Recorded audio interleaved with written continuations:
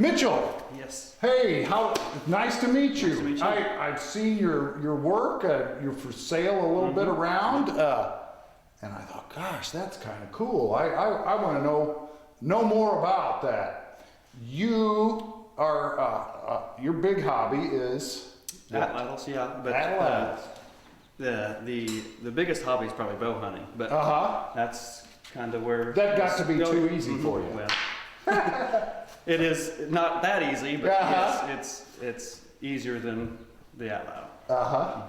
Wonderful, wonderful. So how long have you been into the AtlAtl thing? It's been 2 years since I've been making and selling. This is going to be the third year of making and selling the AtlAtl. I had a guy, tell me that this is something maybe you should get into making. I mean, I had the shop for it, so it kind of grew from there. I made one, it sold, made another one, and my buddies wanted one, and we made a backyard game out of it. And then I decided that I'm going to try to hunt with it, and it's just kind of So when did you really decide you really wanted to hunt with it?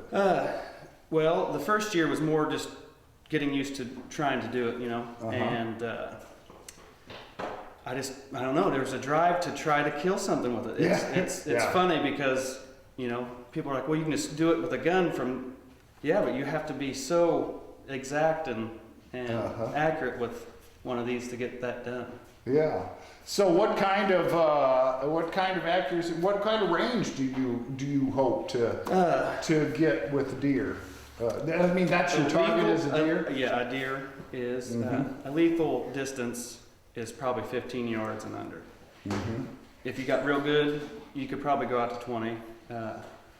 You just have to be, so still in the stand that distance at 12, it would get there fast enough.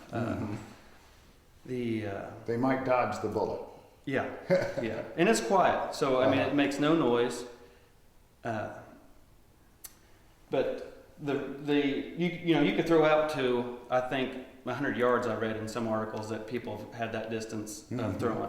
I don't know how accurate it was, but a lethal distance is probably 15 and under. Right. Yeah, because it's the thing. The accuracy is the thing. And you do, because that shaft is going to carry a lot of weight, and it would, if it hit a deer at 100 yards, it would go through it probably. Yeah, if you could. But a matter of hitting it, that's the other thing. Yeah. All right. So, gosh, you got some elaborate stuff here, and this is what part is this? This is the actual AtlAtl itself. Okay. This is what you would use to throw what they call a spear, or we call a dart. It's a oak shaft that ranges in 5 foot to 7 foot lengths. The longer shaft you have, the more accurate you can be, and the more power that you can generate. Basically, it's just an extension of your arm. So you got this. Just imagine how much more length you have in what I call a cast. And a whip. Kind of a whip snap from the flex in the shaft itself. So there is a little bit of play in that. Yeah, there's a little comes flex into it. And this is just something that we burned. A cousin of mine burnt into the AtlAtl itself.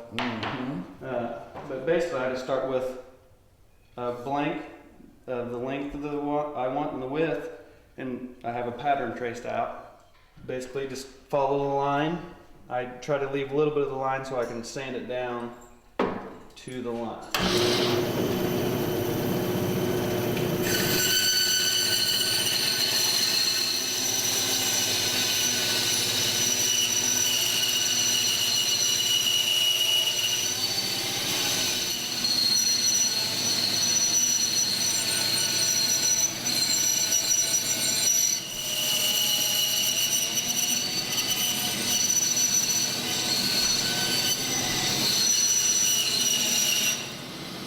Have to do a couple of relief cuts on this where the finger grooves are, so it bands all them bind up.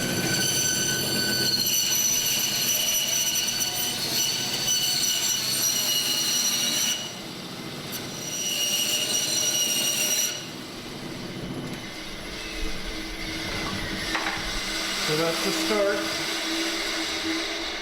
And we'll sand it down to the shaft size that we want and clean up all the bandsaw marks.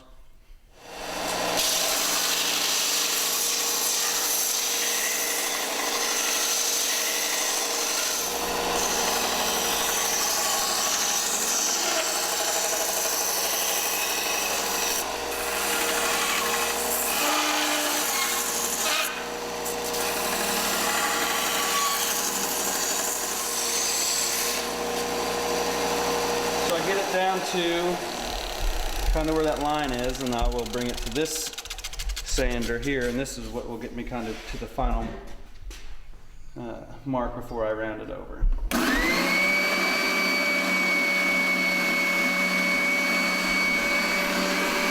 kind of help true up and make my lines on the bandsaw kind of straighten out.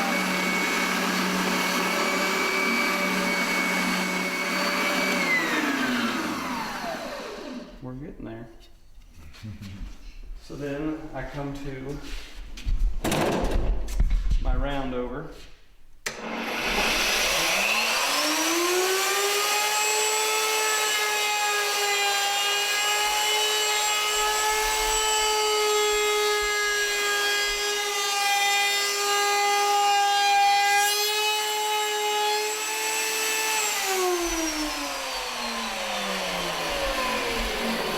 Then I come to my final sander, flap sander.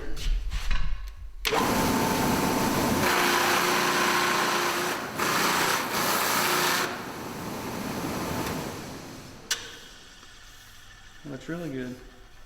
There's one more step. I need to put a little groove in for my dart to rest on. That's done on this machine here.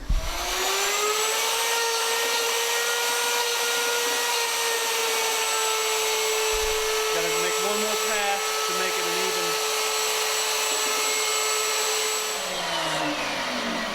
I do have one more step to put the spur in.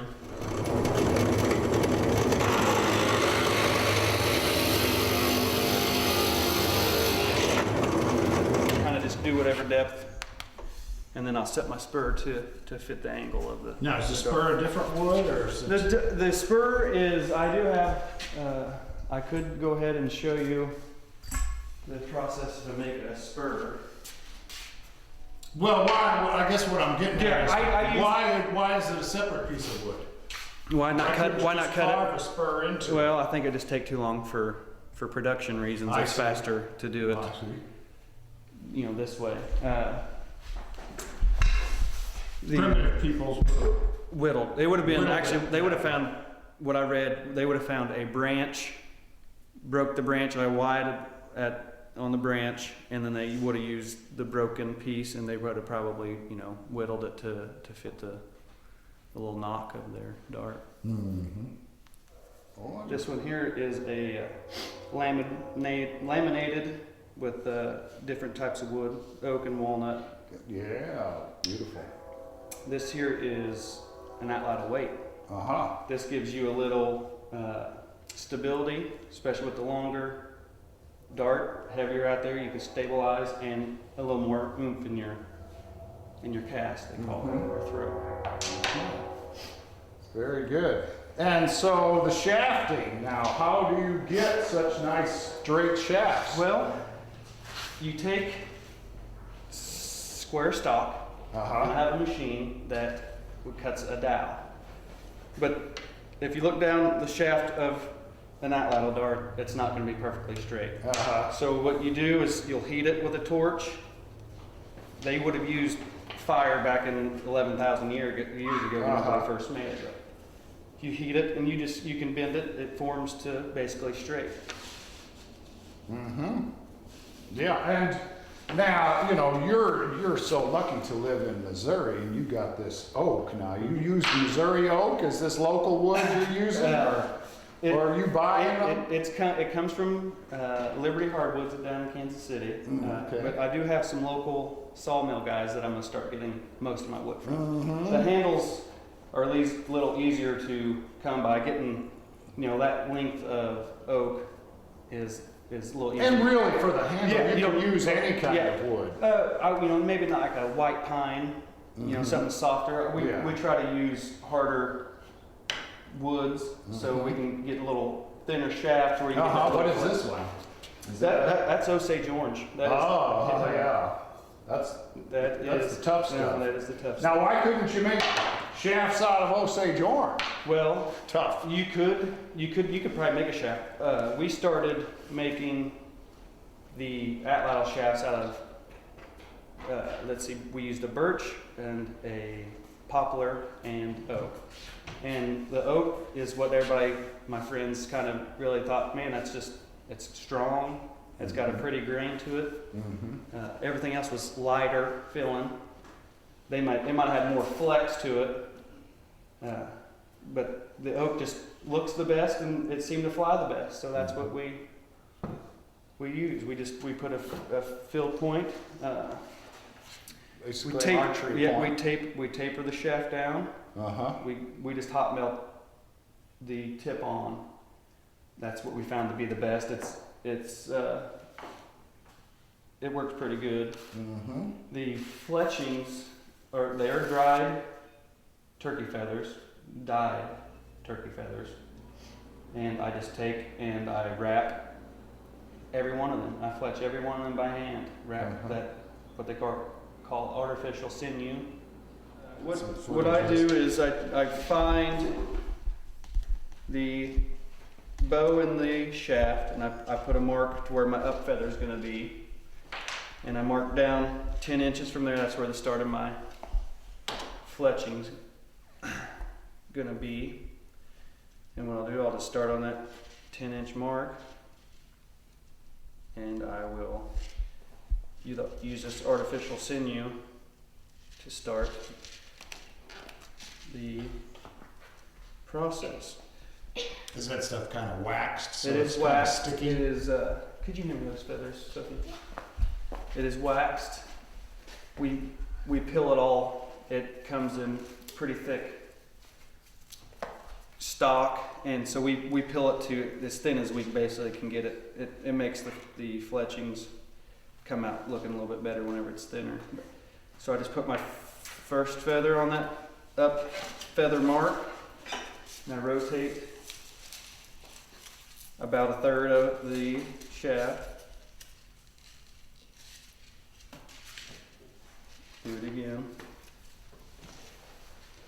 This is the tricky part because there's not enough fingers on your hand. And I kind of just eyeball as I go around and set the distance to the final fletch.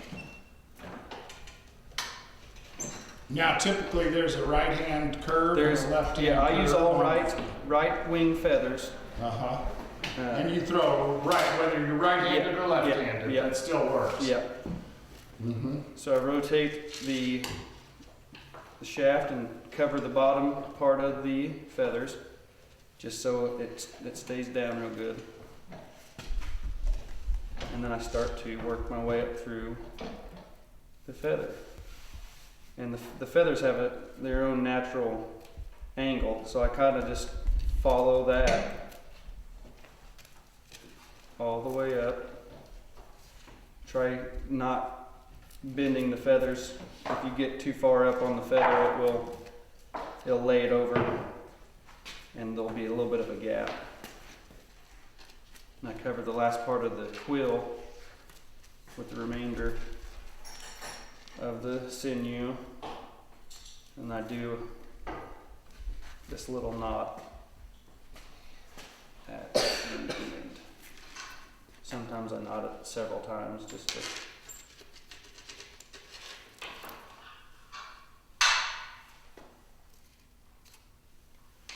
then I just take my glue and start it on this first feather, run up the edge of the quill. You only have to glue one side.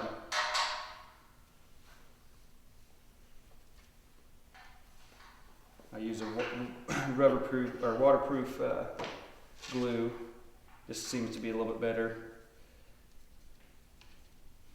Run that down that way.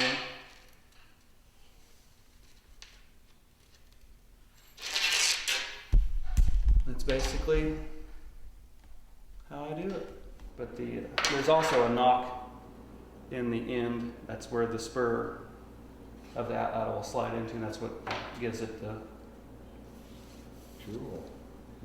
Yeah, now the AtlAtl itself is really a more practical weapon than the bow and arrow for primitive people. Oh yeah, yeah.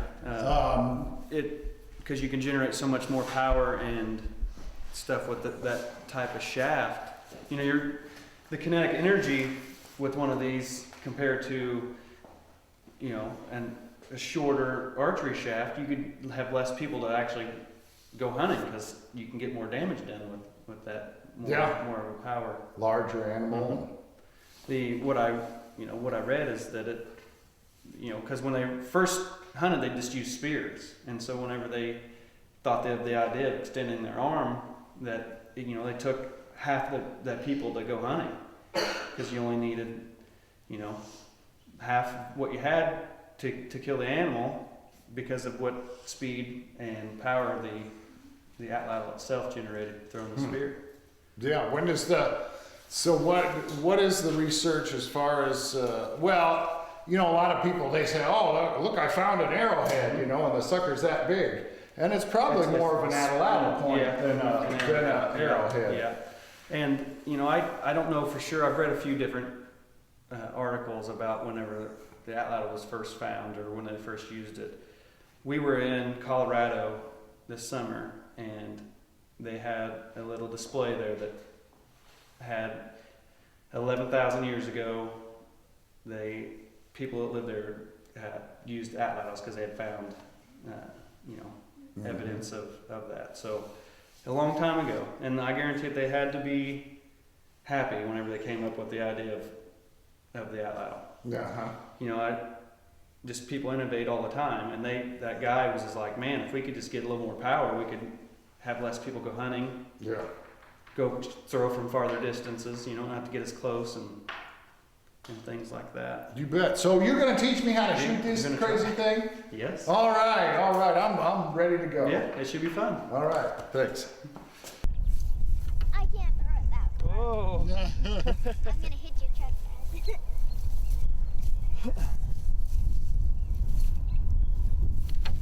Gosh. I need to step back just a little bit. There you go. Good job, Sylvie. Getting closer there.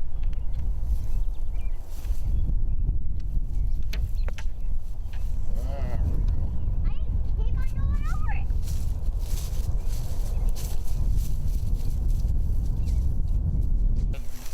Are you ready to give me the basic lesson here? Yeah. So I have my up feather marked. I just clipped it with Okay, so scissor. our cock feather, as we used to say in archery, Of course, you got the the little one that goes away from the bow. the knock, and that slides in that little spur. And the best thing you could do when you first start out with it is just get this motion right here. Get the feel of it grabbing the spur And push. and push. There's wrist, there's another up feather. So you can just practice that over. You just hold with one and the finger in the back. Yep, one finger in the back. Huh? And it's just like, basically if you can picture going fishing and you're wanting your lure to kind of land, you know, it's a release point, you kind of get an idea of where that is the more you do it.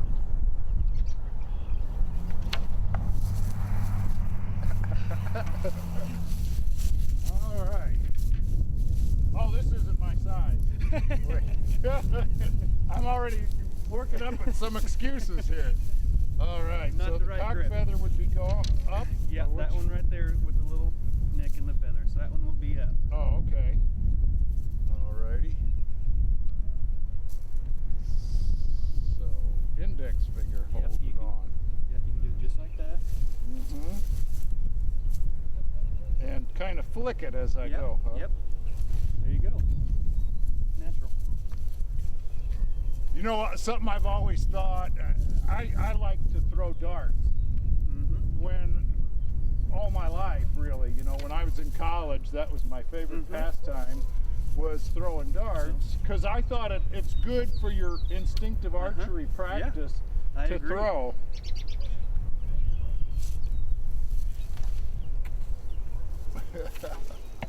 Yeah, I'm a little off here, but I could see how it would work. Now, yeah, you can do it. The way you're doing it is fine. If you feel comfortable doing it that way, that's the way you, What? You're pitching it like that. What would be better, maybe? That looks, pinch? that looks good to me. I use one finger to rest on there, but it looks like you have the technique down. We're gonna. It would do the job. Yeah, that would have got it, I think. It would do the job. All right. So it's hard to make the kids do this stuff, or did they kind of just gravitated towards? Yeah, they really enjoy it too. It's funny. Sophie's really improved over the last few years, but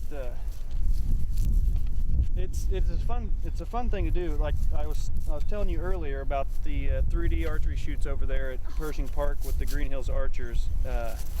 That's just a fun but you know, 4 or 5 buddies will go over there and we'll just have a little competition between us, you know. It's enjoyable. And you walk around the 3D range and everything? It's set up just about as real life as you can almost get.